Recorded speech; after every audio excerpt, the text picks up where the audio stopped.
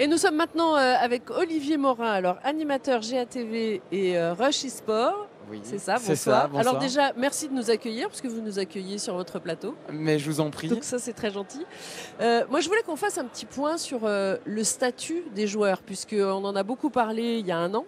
Il y a des évolutions qui se sont faites depuis l'année dernière.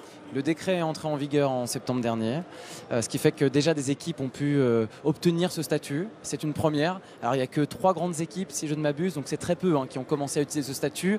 C'est le temps que tout ça se mette en place, ça met un petit peu de temps.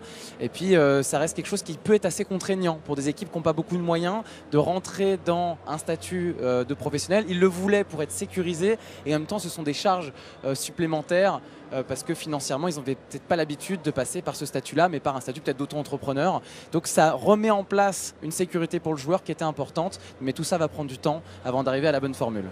Alors vous parlez d'équipe, c'est aussi pour ça que par exemple maintenant le Grand Poitiers peut soutenir des équipes. C'est en lien avec ce statut-là ou pas du tout? Alors non, ça c'est pas en lien avec le statut, mais ça c'est une vraie révolution politique, parce que pour le coup, associer une ville ou une région avec une équipe, c'est déjà créer quelque chose de très local, un tissu local, être ambassadeur d'un mouvement, recréer de la relation entre le monde de l'e-sport, ce que ça évoque chez tous ces jeunes et ces nouveaux ambassadeurs. Il y a quelque chose de très se projeter dans le futur ou dans le sens de l'histoire en accompagnant une pratique qui commence à révolutionner clairement le quotidien de nos jeunes. Donc là-dessus, je ne peux que applaudir et surtout que ça recrée l'importance de ces événements comme celui-ci en recréant de la localité. Alors que ça s'était un peu perdu depuis 3-4 ans, on avait moins ce côté local, alors que là, ça revient au goût du jour et c'est génial.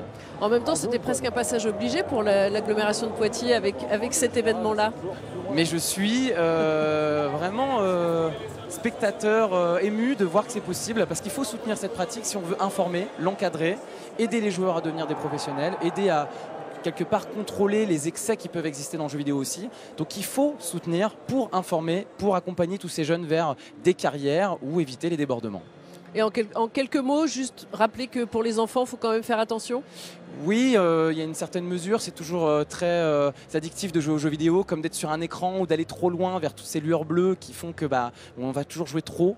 Donc faire attention, aujourd'hui on n'a pas encore clairement défini ce qu'était jouer trop, mais ça va être important de le définir pour donner l'impression que vraiment on se sert de l'e-sport comme un vrai moteur de collectif, de célébration, de réjouissance, développer toutes les sensations cognitives. Quand on parlait du Silver Geek avec les personnes âgées qui sont ici, ça les aide, ils en ont parlé sur ce plateau justement en expliquant que c'est de la vraie motricité pour eux, c'est du lien social. Et le jeu vidéo apporte énormément de choses. Olivier Morin, merci beaucoup. Merci.